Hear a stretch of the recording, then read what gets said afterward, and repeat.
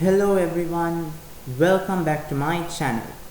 So in this video we are going to talk about the 11th unit sound which you get in your grade 7 textbook. Now without any delay, let us start off with the lesson.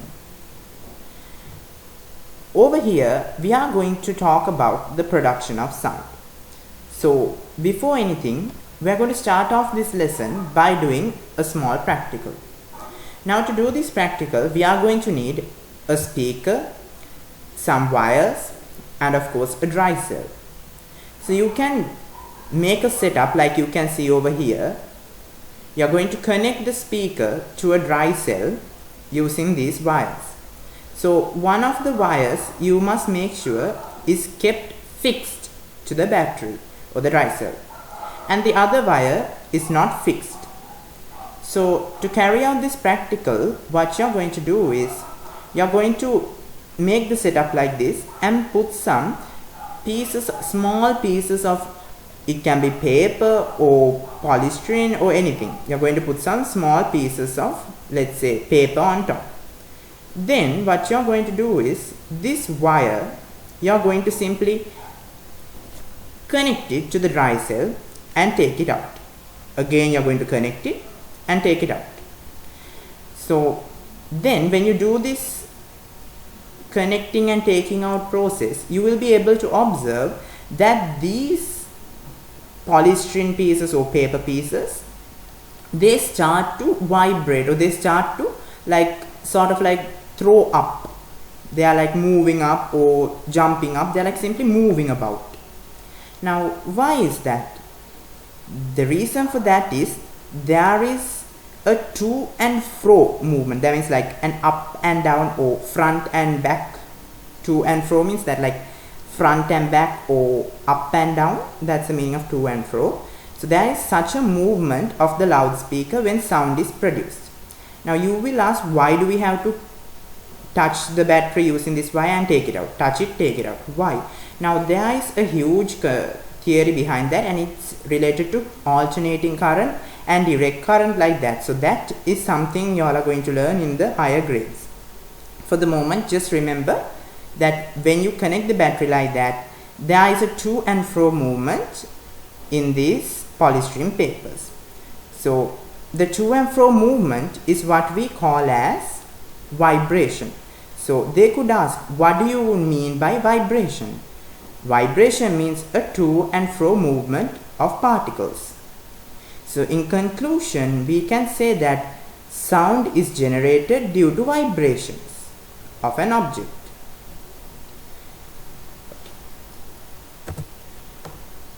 Moving on, now we are going to study further on about sound. So here we are going to do another practical.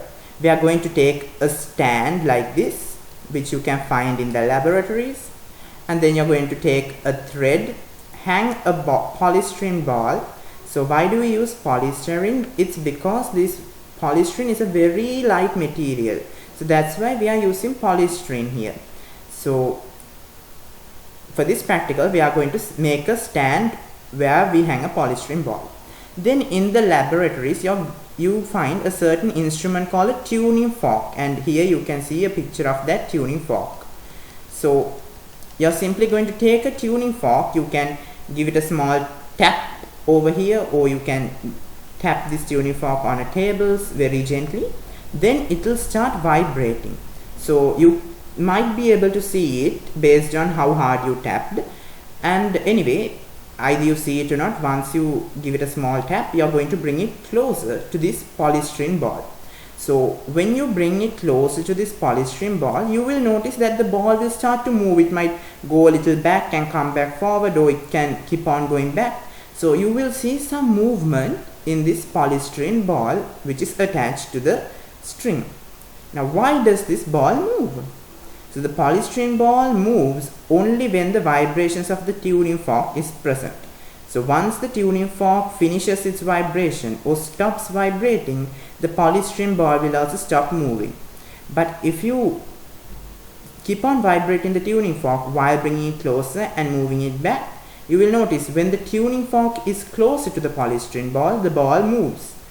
But if it is far away from the polystyrene ball, the ball will remain at rest. It will be in the same position. So here also we can conclude that an object is vibrated every time when a sound is produced. So in the previous one, we were able to conclude that sound is generated due to vibration of objects.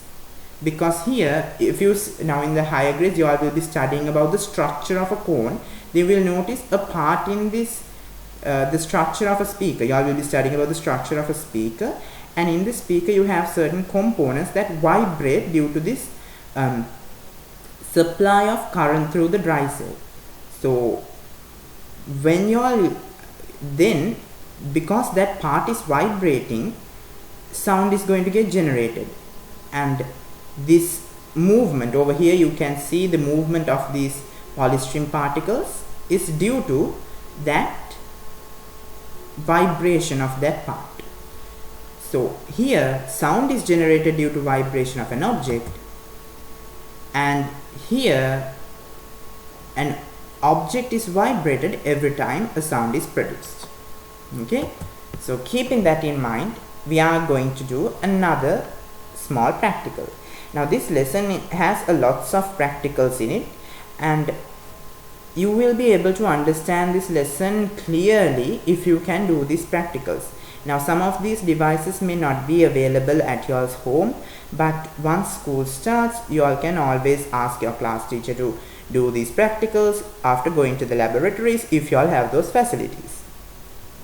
Anyway, coming back to the lesson, in this activity we are going to find out how our vocal sound is produced. How is our voice being produced?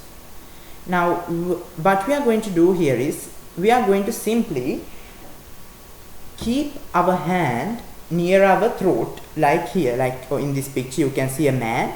He is keeping his hand near his throat, and then he's making some noises. So first and foremost, you are going to speak very softly and slowly. You start speaking very softly and slowly. Then once you must keep on feeling your throat while you speak very softly and slowly. Then you must suddenly speak a little loudly. When you speak loudly also, you must keep your hand near your throat and get the feeling. Then you will be able to observe that when you speak slowly, a light tremble is there, like you will feel your throat is moving very lightly. A light tremble will be felt, a light vibration. But when you increase your voice, or when you speak loudly, that tremble or the vibration that you are going to feel to your hands will increase. Now the reason for this is, we have a membrane in our throat which is called the vocal cords. Vocal cords.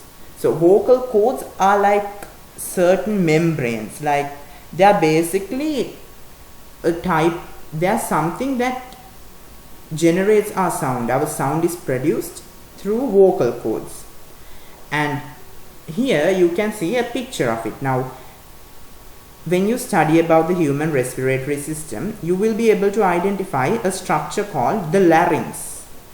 There you get, it's also called the sound box, because the larynx contains the vocal cords which produce our sounds. So here you can see some pictures of some vocal cords. When you when you look at them from up, like if you look at the vocal cords from here, what you see directly over here is these two other things you see like that. But if it's a side view, then here is that picture. Anyway, we can conclude by this practical that our vocal sound is produced because of the vibration of vocal cords in the throat. Okay, so that is the conclusion for that.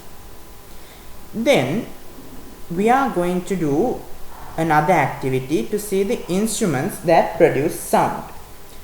Now here, to do this activity, you are going to take a drum set, and then a guitar, a flute, and of course a tabla. So I'm not sure which one of these is a tabla and a drum, but yeah, you simply take those things. Okay, so over here, once you're done, yeah, so you're going to take some instruments that produce sound, like a flute, a guitar, a drum set, and a tabla. So I'm not a person who is very musical, so I do not know which is which, what is a drum, what is a tabla. So I'm just going to call this 1 and this as 2. So if you are a student who really is into this music stuff and knows what is a tabla and what is a drum, just comment it down in the comment section below. Okay, I can find out what is a drum and what's a tabla, but I just want to be more interactive with you all, so that's why I just want you all also to comment it and help me out here. Okay, so coming down to the assessment, what we are going to do is we are going to produce sound using all these instruments. Then we are going to observe what is the part of sound source that vibrates when sound is produced. Now, for an example, when you take the flute, you are going to basically keep one end of the flute near your mouth, and then you're going to like breathe in some air into this, and then some music will come out, no? So when the music comes out, we are going to see from where is the music coming. Is it from membranes, from strings, or from air? Now in the case of a flute, the sound is coming out, or the part that vibrates is air. So the flute is the sound source, or from wherever the sound is produced, we call it the sound source. So it is basically the instrument. So if it is the flute, then air particles are vibrated and sound is produced. Then if we use the drum, we have to tap on that upper part. You have to simply have a good tap on this part over here. So that part we call it as a membrane. And then the sound source, or from where is the sound emitted, the instrument is the drum, and sound is produced by vibrating the membranes. The guitar, we are going to simply, give a small strike on the strings. So guitar, we simply vibrate the strings to get out the sound. Then the tabla also, it's the same thing. We simply give a tap on these membranes, we vibrate the membranes in order to produce sound. Okay, so I think I might have told which is which here, but it's okay, you all just comment it in the comment section below. Okay, so what is a tabla? Is it 1 or is it 2? I want you to do some research and simply comment it. It has nothing to do with the lesson, but I just want for fun for you all to do it a bit. Okay, now once we do this practical, we can keep on doing this practical with several instruments. Then you will be able to understand that there are 3 types of sound sources. We can get sound by vibrating membranes, by vibrating strings, and also air columns. Now instruments through which produce sound by vibrating the membrane includes bass drums, side drums, tablas, gataberas, dowlers, and udakiyas. And when you take these things that produce sound by vibrating strings, you can take the violin, guitar, banjo, sitar, harp, mandolin. So there are so many. So if you can remember some easy ones like a tabla or a bass drum and this udakiya, gatabera, just around 5 or 3 if you can remember from each of these, I think that will be more than sufficient for your exam. But for MCQs, it's best if you can remember which is which.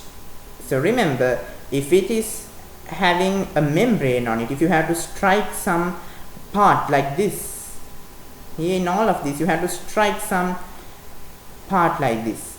So they all have membranes. So we give a small tap on the membranes to produce sound. Then the sound source is going to be by the production of membranes. And if we have to give a small strike on strings like this, then we can understand, okay, fine, those are the things that produce sound by vibrating strings. Then there are some things we have to breathe air into. They produce sound by air columns, by vibrating the air columns. So flute, trumpet, saxophone, French horn, the clarinet are best examples for this. So here there are so many pictures of that. Bagpipes, yes, you can take those also. And anyway, there are so many. Just remember something around 3 to 5 and that might be sufficient. But if you want to get full marks for something like MCQs, you should at least remember what are the instruments and how do they produce sound. Then this will be very useful. Anyway, moving on. Now we are going a little deeper into this. We are going to see something special, something unique. So we are going to do assessment 11.4 and going to investigate how sound is produced by animals like mosquitoes, crickets and honeybees. Now all these animals, if you look closely, they have wings. Crickets have wings. These mosquitoes have wings. These flies also have wings. Even honeybees, they also have wings.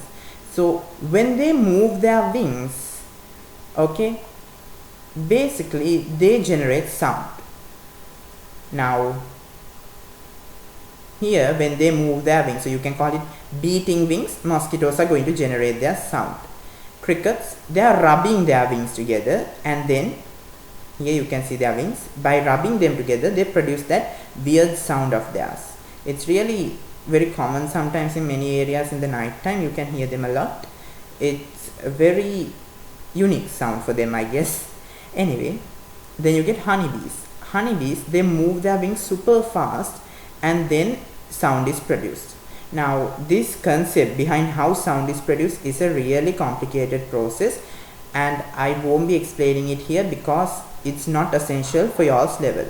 Nevertheless, y'all will be learning it for y'all's ordinary level examination, most probably, because almost everything that is taught in grade 7 is basically a foundation laid in order for you to be ready for your O-levels. Like if you simply study well your grade 7 things, then you will have a good foundation before you start O-level things. Because in the O-level, in the current syllabus, when you compare the ordinary level current syllabus,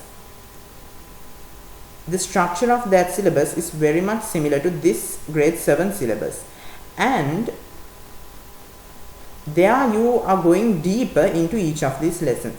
So if you prepare yourself now, just if you go through this, if you listen to my videos, listen to what I say and get this to your heads, then that's going to be really useful in your future.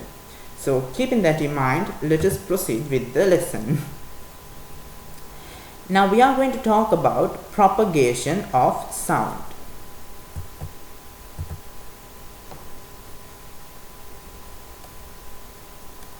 Now we are going to talk about propagation or traveling of sound. So if they ask propagation, whenever they use the word propagation, you should understand propagation means traveling. It's not a really complicated word. It's basically, it means traveling. So what is propagation of sound? What is the meaning of traveling of sound? That means that sound moves through a medium from the point of generation to the listener. Now normally the listener has an ear, so this is the ear of the listener, and sound can be generated from various things. Like for an example, the speaker, it can be generated through a speaker, or it could be generated through someone's mouth. They could simply keep on talking and it can be generated from someone's mouth, or it can be generated from some fly's wings. We don't know from where, but anyway, sound is produced from someplace. So this sound produced from a point of generation, so we call the place where sound is produced the point of generation of sound. Now here it can be the speaker, a mouth, a fly, whatever it is. Wherever sound is produced from, we call it a point of generation of sound.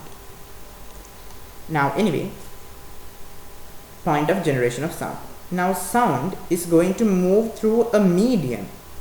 So what do you mean by medium? Normally a medium refers to air, water, or a solid. Okay, so like normally a medium refers to a gas, like air for an example, a liquid like water, and a solid, any solid. So medium means gas, liquid and solid. Example for gas, you can take anything you find in air. Example for liquid, water, or anything that is in liquid state. Then solid, you can take a brick, a table, a wall, anything like that. So sound is going to move through a medium, that means through air, water, or a wall, or it can be through a gas, a liquid, or a solid, to the listener in a certain path. So this path, or the movement of sound through the medium from the point of generation, to the listener, this sound movement is what we call propagation of sound. In simple, let me again rephrase it. The movement of sound through a medium from the point of generation of sound to the listener is what we call propagation of sound. Okay, hope everyone understood that. And now we are again going to do another practical. Now to do this practical, you are going to take a certain bell jar, an electric bell, a vacuum pump, and you are going to set it all up like this. Now you can use a stopper. It's better to use a rubber stopper over here. I'll just call it a stopper. You can use a rubber one, it's very much useful. And then you can use some wires and connect it to an electric supply. For an example, you can connect this electric bell to some batteries and a switch, so you can switch it on and off, okay, using these wires over here. Anyway, once we make the setup like this, you're going to fix a bell jar on a table or any place you like where you can fix this vacuum pump from beneath. Then you're going to insert an electric bell, close it with a stopper, and make sure you have some wires connected to it. Connect the wires to an electric supply like some dry cells or anything, and then we are going to do the practical. First, before we start to like vacuum this thing, we are going to simply give some electricity, or we are going to flip the switch and on the bell jar, on the bell in the jar, the electric bell in the jar. Then we are going to record the observation. Then once we are done with that, we are going to off the bell, and then we are going to start the vacuuming process. We are going to little by little start evacuating the air in the bell jar. So once the air in the bell jar is being evacuated, we are going to on the bell and record the observation again. Then once the jar is completely evacuated, that means it's completely vacuumed. Evacuated means that all the air in this is being sucked out. That's why we use this vacuum pump. The vacuum pump's process, or the use is to suck out all the air in it. Then once all the air is sucked out, then you will be able to observe that there is no sound heard. Now observation means anything we hear, feel or taste, basically anything that can be depicted by our sensory organs. Okay. Anyway, this is our observation. When the bell jar was filled with air, sound was heard. When the air in the bell jar was gradually evacuating, the sound was also little by little fading away. Then when the air in the bell jar was completely evacuated, no sound was heard. So then we can conclude with this saying, if there is no medium like solid, liquid or gases available for a particular space, then sound is not going through it. And we can call such a space where you don't get any gas, liquid or solid a vacuum. So sound doesn't propagate through a vacuum because we need a medium like a solid, a liquid or a gas for sound to propagate through. Okay, so that is the conclusion we can come to by doing this practical. And best example for a vacuum is outer space. In space you don't have gas, you don't have liquids, you don't have solids. It's an empty space. Space is basically a space. And by space I am referring to here as the outer space, out of Earth, you know, where astronauts all go. So that's called space. And in space you don't find solids, liquids and gases everywhere, and therefore you call it a vacuum. Okay, so if they ask give an example for a vacuum, you can simply take outer space. Now, keeping that in mind, we are going to do a bit of some explanations. Now here is a small question, and they are telling us to explain the certain scenario. We can hear the voices of the teacher in the classroom, but two astronauts in space cannot hear each other. Why is that? Now you must understand, we as human beings, as living organisms, need oxygen to breathe, and oxygen is present in the air we breathe. You find air all throughout the earth. There are places where there is a lack of oxygen and air, but overall we have air. When you consider a classroom, if there was no air, there is no oxygen, therefore we can't breathe, then we would pass away in the classroom itself. But we do have air, so we are alive and we can breathe very well. And air acts as a medium for the propagation of sound. Therefore, when the teacher speaks, whenever she tells something, you will be able to hear her voice because there is a medium for sound to propagate. Now, not long ago I had told that space is a good example for a vacuum because there is no air, no liquid, no gas, no solid, no nothing. It has nothing. It's simply an empty space. Space is an empty space with nothing at all. Therefore, there is no medium for space for any sound to propagate. Therefore, astronauts can't hear each other in outer space. They have to use some radios to communicate with each other. Okay, so that's that. Anyway, now moving on to another fascinating practical. Here we are going to take some funnels. Here you can see these are some funnels, a white tube and some balloon membranes. We are going to connect the balloon membranes to the ends of each funnel, and then we are going to fix that each funnels to some white tubes. So now this white tube, you will get it in your laboratories normally, and then we are going to set it up like this. We are going to keep one of these funnels with the balloon membrane on top of a water filled basin.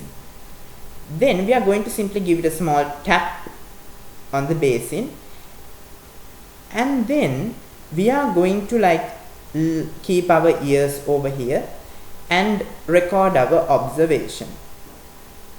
Now, when you do this practical, you will be able to observe that when a sound was made near the funnel in water, this is the funnel in water, so when you give it a small tap over here, the sound was heard well through funnels A and B. This tapping noise was heard through A and B.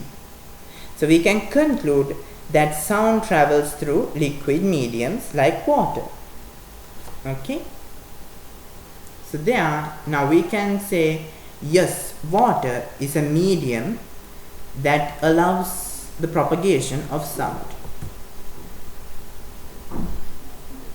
Now we are going to explain another scenario.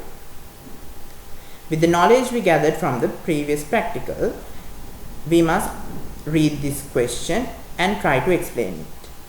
Read this scenario and we are going to explain it.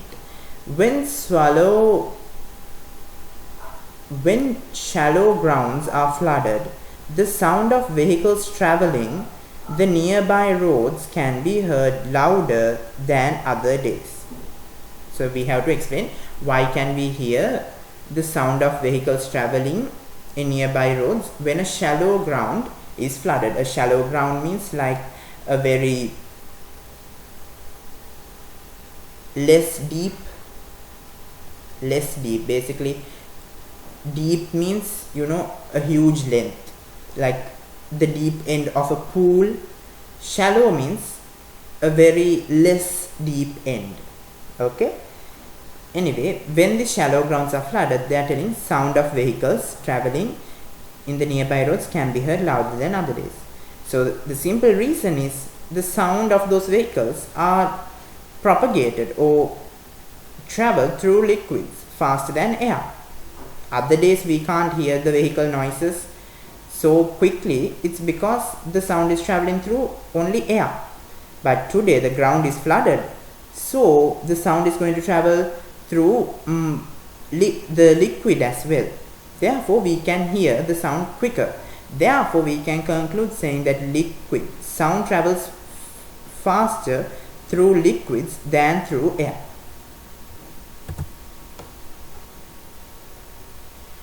Okay, then now we are going to do two more practicals. We are going to take, you can take some empty yogurt cups like this, and we are going to connect each of these yogurt cups using a string.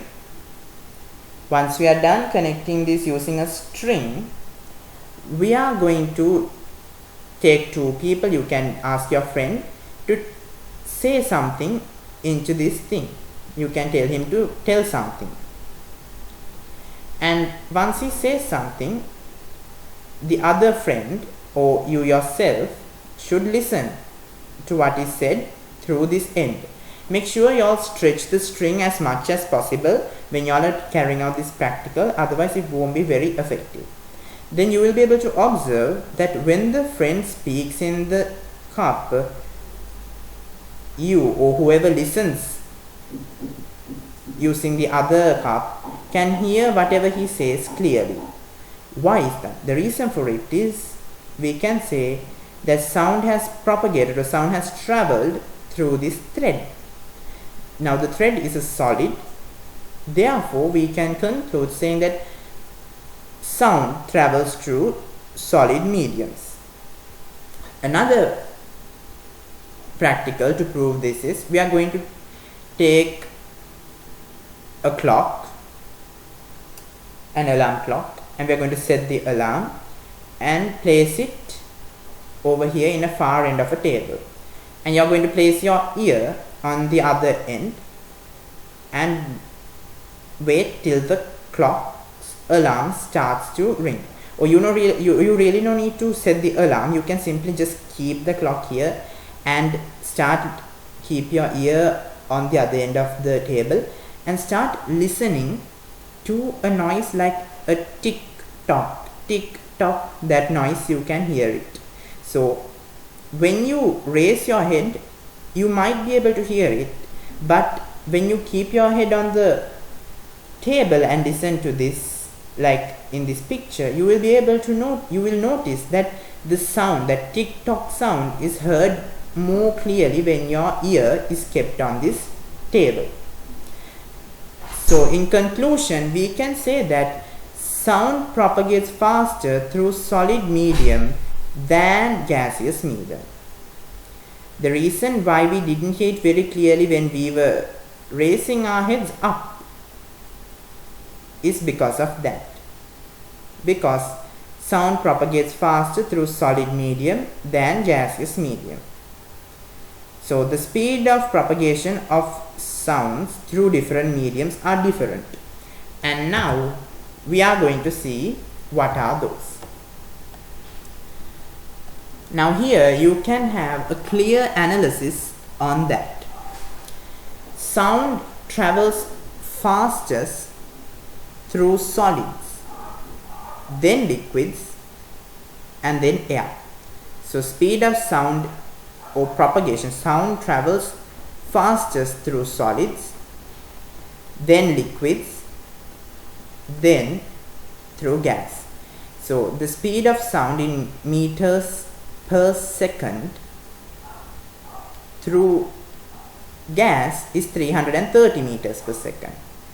Speed of sound through water is 1500 meters per second. So, and then speed of sound through solids like steel, it's 4500 meters per second. So the speed of sound is least in gases like air, and the speed of sound is highest, or the sound can be heard quickly through solids. Now the sound, the time that it takes to hear a sound through air is quite high compared with this time it takes to hear a sound through a solid like steel. So then we can say that the speed of sound through air is lowest, speed of sound through solid is highest. Okay, so that is that. Now here there is something that you should attempt in a very careful manner, and they are telling us to explain these scenarios. They are telling the sound of a train coming from far away can be heard clearly when the ear is kept on the rail line. So rail line, you can see here are some rail lines, and there is this lady, she is keeping her head on the rail line and trying to listen as to how far the train is. So when you do this practical the way she is doing, when you keep your ear on the rail line, you will be able to hear the sound of the train.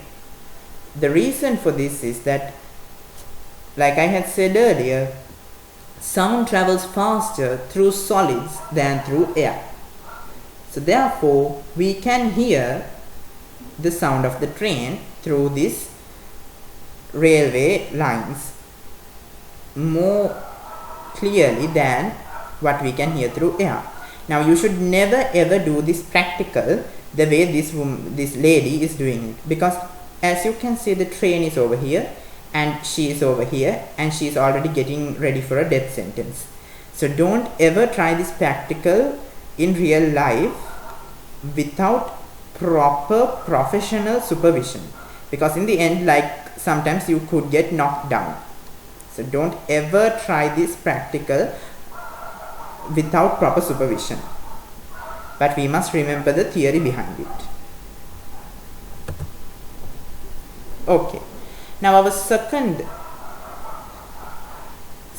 scenario over here is they are telling that sound of the dolphins are more intensely heard, that means like clearly heard. Intensely over here means like clearly heard when we are underwater, and the same sound is heard very lightly, that means it's not so clear, when we are above water.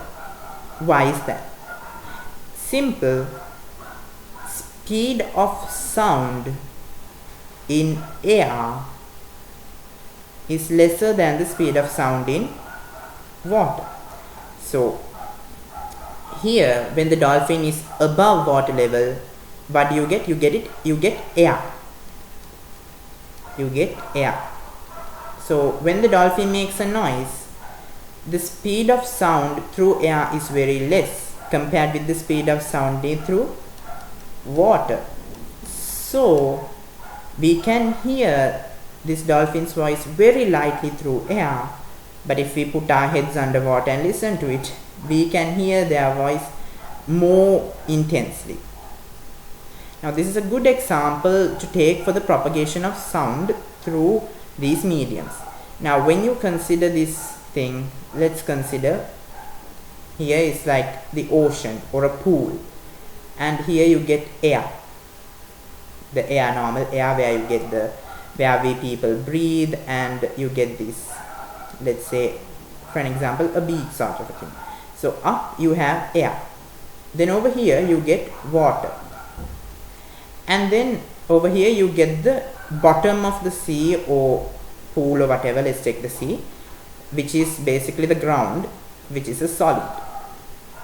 Now the speed of sound through air, when sound enters air, it's going to enter very slowly, it takes lots of time. But then when the sound is entering water, sound starts to move quickly. Then when it hits the ground, it starts moving even more quickly. So the quicker the sound moves, the more clearer we can hear it. So this is a small way we can remember these theories. Okay, the next thing is this. During lightning and thundering, sound and the light emitted at the same time, but we hear the sound after few seconds of seeing the light. Why is that? Now basically, whenever it's lightning and thundering, or whenever it's raining with heavy showers, we hear it thunder after we see these lightning flashes. Why is that? This is the main reason. This is very important. Remember this thing very well. Speed of sound is slower than that of light. The speed of sound is slower than that of light. So the speed of light is very swift, very quick compared to the speed of sound. That's why we can see light before sound, hearing the sound. Then we have another small question. Here it says that when a cannon is fired, the sound and the emission of smoke occur at the same time. But a faraway observer hears the firing sound after a few seconds of seeing the smoke. Why is that? Now here this is very important. Faraway observer hears the firing after few seconds of seeing the smoke. So the reason for this is the speed of sound is slower than that of light. Speed of sound is slower than that of light. So he can see this colorful smoke which is having a bit of a light effect, and then only he'll hear the sound. The reason for that is, as you can see, it's a bit having the light effect. So the speed of light is faster or greater than the speed of sound. That's why we'll see the smoke first and then we'll hear the noise.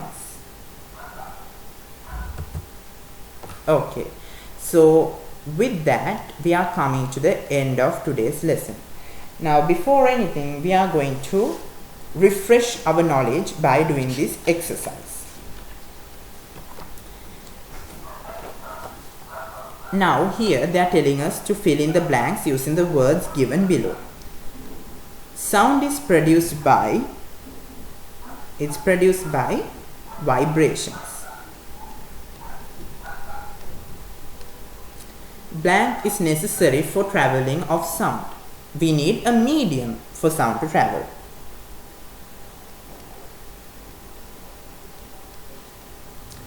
Sound travels more faster through medium. It travels faster through solid medium.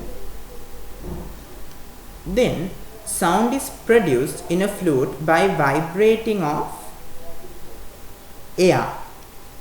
If it is a flute, we vibrate the air in order to produce sound. Now the second question, they are telling, select the correct answer. the musical instrument that produces sound by vibrating strings. Now I told you they will ask questions like this even for else exams. So it's best to know which instrument produces sound by vibrating which part. Now here they are asking vibrating strings. Drum and tabla, as we had discussed earlier, you have to give a tap on that upper part. I think normally most of those things are made up of some either natural or artificial skin of animals. So then you have to give a tap on that, which is called the membrane. So here we vibrate the membrane.